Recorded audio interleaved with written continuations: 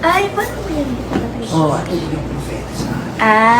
Oh guys, if you guys can do this challenge, tag TV show and try to be part of this magic. Atasha Mulak sa kanyang ganap tuwing nasa Itbulaga siya. Sa dressing room, nagpapakitang gila si Atasha habang inaayos ang kanyang buhok.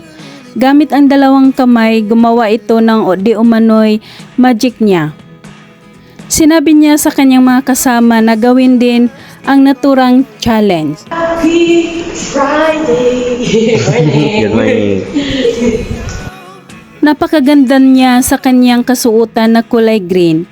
At bago pa man mag-umpisa ang programa ng Itbulaga, nagkaroon muna ng banding ang mga Itbulaga girls sa dressing room.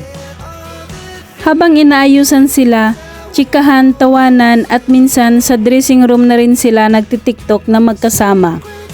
Naging malapit na sina Atasha Mulak, Aubrey Miles at Raisa Madison sa isa't isa. Dahil unang sabak ni Atasha Mulak sa showbiz, ang mga Itbulaga girls na ang kanyang laging nakakasama at halos araw-araw ito. Pagdating naman sa kainan, talagang game na game sila. Lagi din magkasama tuwing nagla-live.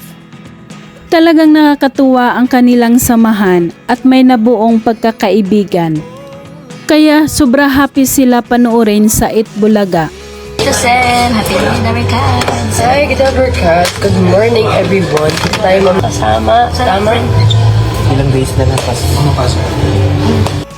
Samantala sa ibang ganap naman, pinagbigyan ni Atasha Mulak ang isang fan na magpa-autograph sa kanya. Si Atasha ay laging energetic at laging naka-smile. Oh my goodness. Wow. Next time you guys come, let me know. Yeah, sure. Oh my goodness, I'd love to be a copy. Sa mga behind the scene ng programang Itbulaga, laging hulikam ang dalawa na si Atasha Mulak at Aubrey Miles na laging magkadikit at nagkukulitan.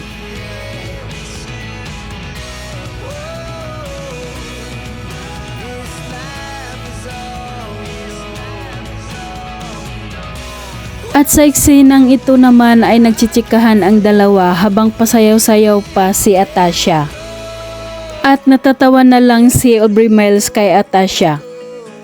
At sa backstage naman, meron silang pa-games na dapat isulat at i-drawing ang mga lugar, bagay, hayop at pagkain.